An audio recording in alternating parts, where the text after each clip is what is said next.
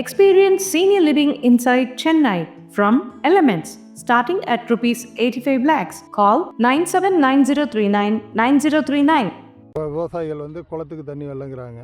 என்னென்னா 30 ஆண்டு காலத்துக்கு முன்னாடி தண்ணி வந்தது இந்த குளத்துக்கு. நீர்வழி பாதைகள் இந்த குளத்துக்கு நேரடியாக வாய்க்காலிருந்து வந்த வழி இல்லை. இதுக்கு முக்கியமான வாய்க்கால் பழங்காவிரி வாய்க்கால். பழங்காவிரி வாய்க்காலில் தண்ணி வர்றதுக்கு யோக்கியதை இல்லாத அளவு குப்பையும் சாக்கடையும் கொட்டப்பட்டிருக்கு. இப்போ தற்போது நடவடிக்கை எடுத்துகிட்டு இருக்காங்க கொட்டுறவங்க. ஆனால் அது பத்தாது. போர்க்கால அடிப்படையில் நடவடிக்கை எடுத்து இன்றைக்கி யாரோ செஞ்ச புண்ணியம் அங்கே கர்நாடகா கேரளாவில் மழை பெய்து தண்ணி வருது.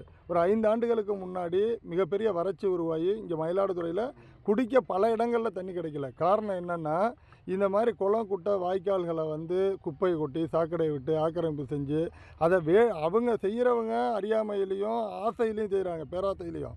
ஆனால் அதை வேடிக்கை பார்க்கக்கூடிய அதிகாரிகளின் மெத்தனை போக்கு, அரசுக்கு சம்பளம் வாங்கிறதுக்கு தன்னுடைய வேலையை செய்யணும், கடமையை செய்யணுங்கிற அக்கறை இல்லாத அதிகாரிகளால், அதை வேடிக்கை பார்க்கக்கூடிய மக்கள் நல பிரதிநிதிகளால் அலட்சிய போக்குனால தான் இவ்வளோ வாய்க்கால்களும் பாழடைஞ்சிருக்கு.